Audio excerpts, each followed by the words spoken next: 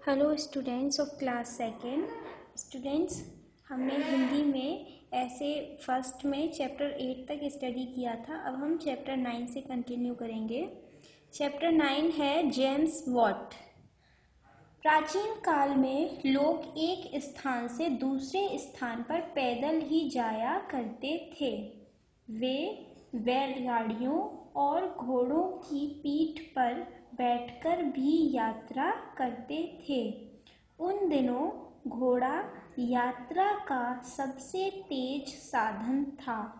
थोड़ी दूर की यात्रा में बहुत समय लग जाता था, इसलिए लोग लंबी यात्रा पर नहीं जाते थे। अब ऐसा नहीं है। अब तो हम रेलगाड़ी में बैठकर दिल्ली, कोलकाता, मुंबई, चेन्नई या कहीं भी फटाफट पहुंच जाते हैं। प्रतिदिन लाखों लोग रेलगाड़ियों में सफ़र करते हैं।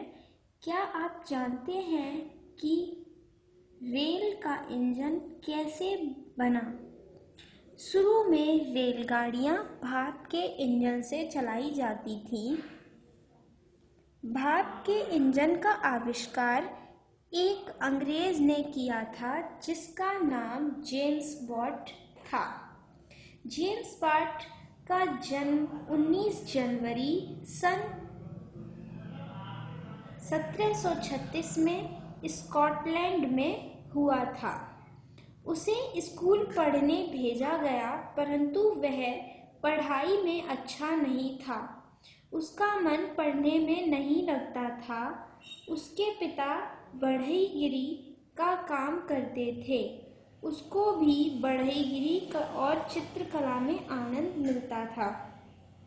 उसकी रुचि देखकर उसके पिता ने उसे अपनी दुकान में काम करने की अनुमति दे दी। एक दिन वह रसोई में बैठा हुआ था। वहाँ अंगीठी पर एक केतली रखी हुई थी, जिसमें पानी उबल रहा था। केतली के ढक्कन को ऊपर उठाकर भाप बाहर निकल रही थी। इसके मन में जिज्ञासा पैदा हो गई। वह उसे ध्यान से देखने लगा। तो इसमें क्या था कि पहले क्या होता था कि पहले साधन नहीं थे। जैसे अब तो बाइक है, साइकिल है, गाड़ी है, ये सब होती है, लेकिन पहले ऐसा नहीं था। तो लोग क्या करते थे, पैदल ही यात्रा अपनी करते थे। तो उससे क्या होता था, बहुत ज़्यादा समय लगता था और इतनी दूर पैदल जाना भी मुश्किल होता था। तो इसलिए लोग लंबी यात्राएं करते ही नहीं थे। लेकिन अब क्या है, अब तो रेलगाड़ी है, तो इसमें बैठकर लोग दूर दूर तक कहीं भी चले जाते हैं। तो ये रेलगाड़ी का आविष्कार किया किसने? रेलगाड़ी का इंजन का आविष्कार एक अंग्रेज ने किया था, जिसका नाम क्या था, जेम्स वॉट। उनका जन्म 19 जनवरी 1736 में स्कॉटलैंड में हुआ था। तो उन्होंने क्या किया, उन्होंने कैसे किया इसका आविष्कार कि एक दिन जब वो रसोई में थे, तो उन्होंने देखा कि एक केतली रखी हुई थी अंगीठी पे और उसमें पानी उबल रहा था। तो उसकी जो पानी उबलने से जो भाप हो रही थी, उससे उसका केतली का ढक्कन बार बार ऊपर उठ रहा था और भाप बाहर निकल रही थी। तो उससे उनके मन में ये बात आई कि आखिर ये हो कैसे रहा है, वो उसे जानना चाहा उन्होंने। बार बार केतली का ढक्कन ऊपर उठता और भाप निकल जाने के बाद फिर नीचे गिर जाता। वह बहुत देर तक उस क्रिया को देखता रहा।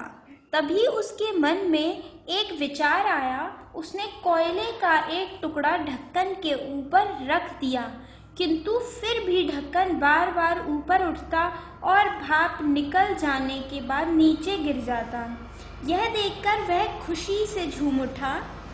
उसने अपने आप से कहा, भाप ही ढक्कन को ऊपर धकेल रही है। भाप में बड़ी शक्ति है। यह विचार मन में आते ही वह प्रयोग करने में जुट गया। वह अपना सारा समय अपनी कार्यशाला में लगाने लगा। उसने अथक परिश्रम किया और भाप का इंजन बनाने में सफल हुआ। शुरू में इस इंजन का प्रयोग कोयले की खानों में से कोयला निकालने में हुआ। रेलगाड़ियां खींचने में इसका प्रयोग काफी बाद में शुरू हुआ। जॉर्ज स्टीफेंसन नाम के एक अंग्रेज ने इसमें 2 डिब्बे जोड़ दिए और उनमें लोग यात्रा करने लगे।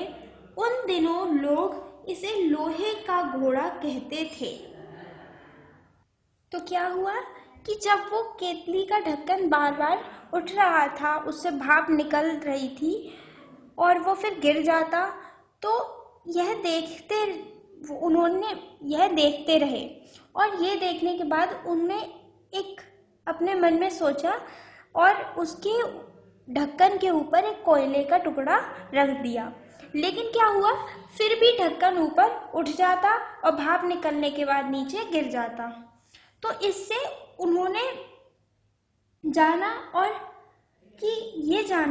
कि भाप जो है वो उस ढक्कन को ऊपर धकेल रही है। तो इस तरह से उन्होंने भाप के इंजन को बनाया। इसके बाद क्या हुआ कि भाप का इंजन बन गया और पहले इसका यूज केवल कोयले की खानों में कोयला लाने के लिए किया जाता था।